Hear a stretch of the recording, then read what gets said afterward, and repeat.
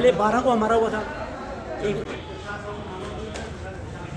मुलाजिमों का शुक्रिया अदा करता हूं जिनके अंदर ये समझ जस्टिस डिलेड हमारे मेडिकल एम्प्लॉइज जो हमारे हैं से ऊंचा माना गया है, जो सिर्फ हेल्थ डिपार्टमेंट के लोग करते हैं। हम इस मकसद को भी समझते हैं। हम कभी नहीं कहेंगे कि हमारा मुलाजिम ड्यूटी पे न जाए। हम कभी नहीं कहेंगे कि हमारे मुलाजिम को कभी ड्यूटी से राहत मिले। हम हमारा हक मांगते हैं, हम हमारा हक मांगते हैं, हम हमारा हक मांगते हैं। इनकी सैलरी रिलीज कर।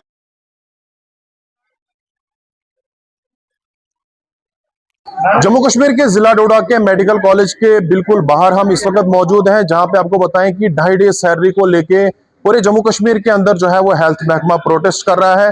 और आज के दिन भी हम देख रहे हैं कि बड़ी मिकदार में मेडिकल कॉलेज का जो स्टाफ है वो प्रोटेस्ट कर रहा है, अपनी बात को सामने रख रहा है। और इससे पहले भी हमने देखा कि प्रोटेस्ट इन लोगों ने किया था पीसफुल, और सरकार तक अपनी बात पहुंचाई थी, सरकार को आगाह किया था, मगर अभी तक कोई बीच का रास्ता नहीं निकला है। इनके जो प्रेसिडेंट है इनसे बातचीत होगी, थोड़ा सा बताएगा कोई बीच का रास्ता ढूंढा सरकार ने अभी तक? इससे पहले भी कई सारी बार आपने प्रोटेस्ट किया, मीडिया के सामने आप आए, थोड़ा सा बताइएगा। जी सर, अभी तक तो कोई भी जो है हमारी जो स्टेट बॉडी के रिप्रेजेंटेटिव्स हैं उनकी तरफ से कोई ऐसा मैसेज नहीं आया है कि कोई बात हुई है। सिर्फ आज से तकरीबन 12 दिन पहले एक बॉडी, जब हमने पहले एक दिन का जो स्ट्राइक किया था, एक बॉडी बनाई थी इन्होंने, एक कमेटी बनाई थी, उसको कहा था कि आप 1 हफ्ते में अपनी रिपोर्ट दें। लेकिन आज 20-22 दिन हो गए हैं, उनकी कोई रिपोर्ट नहीं आई है। और जिसके चलते हमने सोचा कि हम बेबस हैं, और हमारी फेडरेशन ने ये फैसला लिया कि हम 2 दिन की स्ट्राइक करें, जो कल और आज दूसरा दिन जो स्ट्राइक का है वो आज हमने जीएमसी डोडा में की। बड़ा इंपॉर्टेंट है, मैं देख रहा हूँ आपकी और सरकार की लड़ाई है, और इसमें आम जनता पीसी जा रही है। वो पेशेंट जो फारफलंग एरिया से आते हैं, देसा, गुंदना, भरत, वो लोग बैठे हुए हैं यहाँ पे, और उनको उम्मीदें हैं कि ये स्ट्राइक खुलेगी और हम लोग अंदर जाएंगे, डॉक्टर के पास जाएंगे। अगर इस पूरे हालात में कोई शख्स मरता है, उसकी जिम्मेवारी आप लेते हैं? जी, हमें अफसोस है इस चीज़ का कि मेडिकल का एम्प्लॉई कभी भी नहीं चाहेगा कि हमारी वजह से पब्लिक सफ़र हो। हम कभी भी नहीं चाहेंगे, क्योंकि हम ये जानते हैं कि मेडिकल एम्प्लॉइज़ जो है वो सबसे श्रेष्ठ जीव जो इंसान है, हम इंसान की सेवा करने के लिए बने हैं, ये हम समझते हैं और अपना फ़र्ज भी समझते हैं। लेकिन हमें मजबूर किया जा रहा है। आप जानिए कि 1991 से लेकर चल रहा जो 2.5 डेज़ का अनाउंस था, जो सभी सरकारों ने आज तक जायज़ समझ के हमको दिया, जिसके लिए हम संडेज़ को, गैस्ट्रिक हॉलीडेज़ को, नाइट ड्यूटीज़, इमरजेंसीज और रोस्टर ड्यूटीज़ करते हैं, उसको अचानक जो है डाका डाला गया है, और उसका हमें सख्त रोष है। और फिर भी हमने पहले मेमोरेंडम्स दिए, पहले हमने डेपुटेशन दिए, हमारे रिप्रेजेंटेटिव जो हैं वो गवर्नमेंट के हर इदारे पे, जीएडी के पास, हमारे चीफ सेक्रेटरी के पास गए, इवन की मैडम सकीना इटू के पास भी गए हैं। सारा कुछ होने के बावजूद हम मजबूरन इस स्टेज पे आए हैं। ठीक है, स्ट्राइक आपने की है, मगर लोगों के लिए क्या सोचा आपने? जी, लोगों के लिए हमें सख्त अफसोस है, और हमने आज की डेट में भी हमने इमरजेंसी सर्विसेज को बाहर रखी है।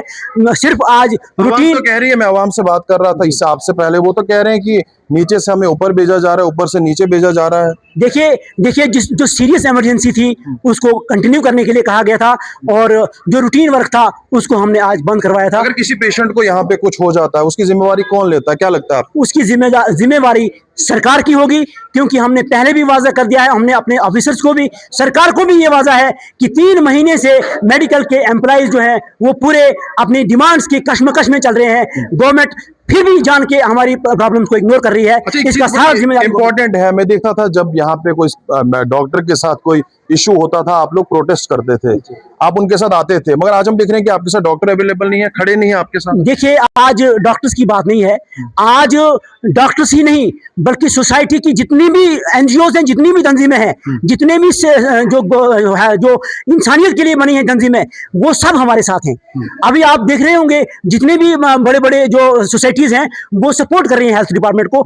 अभी तक हमने डॉक्टर्स को हमने अपनी तरफ से अभी कोई लेटर नहीं लिखा, कोई उनके साथ मीटिंग नहीं की कि आप हमें सपोर्ट करें।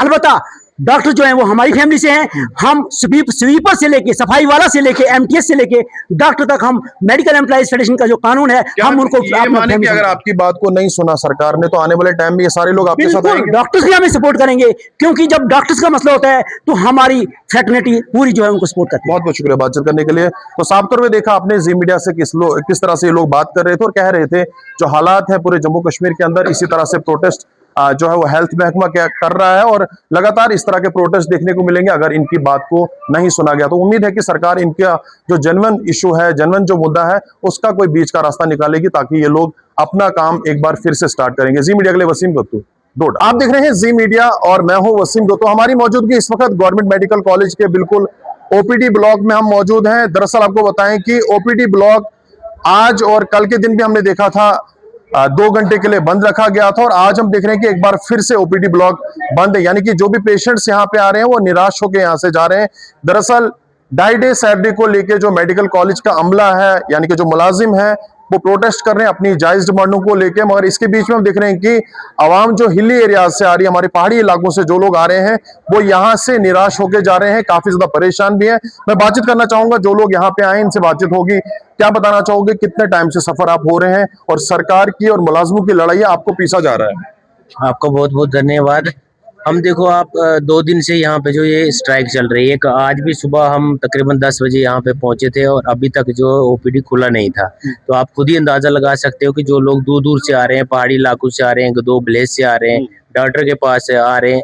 हालांकि हम नहीं कहते कि ये इनकी जो जेन्युइन डिमांड है वो क्या है, जो भी है वो अच्छा है, लेकिन इनके और गवर्नमेंट के इसके चक्कर में जो एक आपस की लड़ाई चल रही है उसके चक्कर में तो यहाँ पे जो जितने भी पेशेंट है वो सफर कर रहे हैं। कितने पेशेंट यहाँ पे कतार लोगों की कितनी है? आप देखो, मैंने गिने तो नहीं, लेकिन सुबह से काफी लंबी कतार यहाँ लगी थी। तकरीबन मेरे ख्याल में, मेरे हिसाब से 200-250 आदमी तो उस वक्त कतार में था जो यहाँ पे बैठे थे और इंतजार किया अभी तक, और दूर जाना था लोगों ने। क्या लगता है आपको, आप किस इलाके से हैं? और ये भी बताएगा अगर किसी शख्स की यहाँ पे मौत हो जाती है जिम्मेदार कौन होगा? अब जिम्मेदार तो इसका एडमिनिस्ट्रेशन ही है जो इसका हल नहीं निकाल रहा है, क्योंकि एडमिनिस्ट्रेशन को कोई ना कोई इसका रास्ता निकालना चाहिए और एक किसी न किसी को यहाँ पे बिठाना चाहिए ताकि कोई जो पेशेंट आता है दूर से आते हैं, जैसे आप मान लो कि हम सुबह से, मेरे साथ एक पेशेंट है जिसको सिर में दर्द हो रहा है, विलेज से हम यहाँ पे आए हुए हैं। इतनी दूर से आने के बावजूद यहाँ पे मतलब हमें ट्रीटमेंट नहीं मिल रहा, डॉक्टर नहीं मिल रहे, पर्ची नहीं मिल रही, तो सफर तो पेशेंट कर रहे हैं, आम आदमी कर रहा है। इसलिए गवर्नमेंट को चाहिए कोई ना कोई हल निकाल के, या एडमिनिस्ट्रेशन को इस पे संज्ञान लेना चाहिए और कोई ना कोई हल निकाल के ऐसा कोई निकालना चाहिए हल की जिससे कि जो पेशेंट दूर से आते हैं वो सफर ना हो। यही हम एडमिनिस्ट्रेशन यहाँ पे कोई इंतजामिया को कोई शख्स, कोई सुपरिटेंडेंट वगैरह यहाँ पे आए? नहीं आया, सुबह से तो यहाँ पे कोई नहीं आया है, ना किसी ने पूछा, ना कोई आया, ना किसी ने बताया कि यहाँ पे क्या चल रहा है।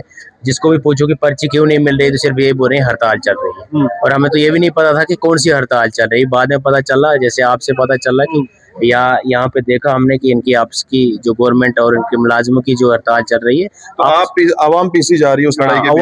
आवाम पेशी जा रही है। तो हम चाहते हैं, एडमिनिस्ट्रेशन से भी चाहते हैं कि इस पे कोई ना कोई, और गवर्नमेंट से भी अपील करते हैं जो कुछ भी इनका मसला है उस पे या उसको हल किया जाए या कोई ऐसा रास्ता निकाला जाए कि जिससे पेशेंट जो है वो सफर न करें। चलिए जी, साफ तौर पे देख रहे हैं आपकी अलग अलग इलाकों से लोग आ रहे हैं और मैं बताना चाहूंगा जिस तरह से मेडिकल कॉलेज डोडा लगातार पिछले कुछ दिनों से सुर्खियों में है। सुर्खियों में इसलिए है कि जो सुप्रीडेंट की कुर्सी है, यानी कि मेडिकल कॉलेज के जो सुप्रीडेंट हैं उनकी कुर्सी खाली पड़ी हुई है। उनकी जो पोस्टिंग नहीं है वो सेमो है, यानी कि चीफ मेडिकल ऑफिसर है, मगर जो सुप्रीडेंट वाली कुर्सी है वो उस तरह से सुपरविजन इस मेडिकल कॉलेज को नहीं कर पा रहे हैं।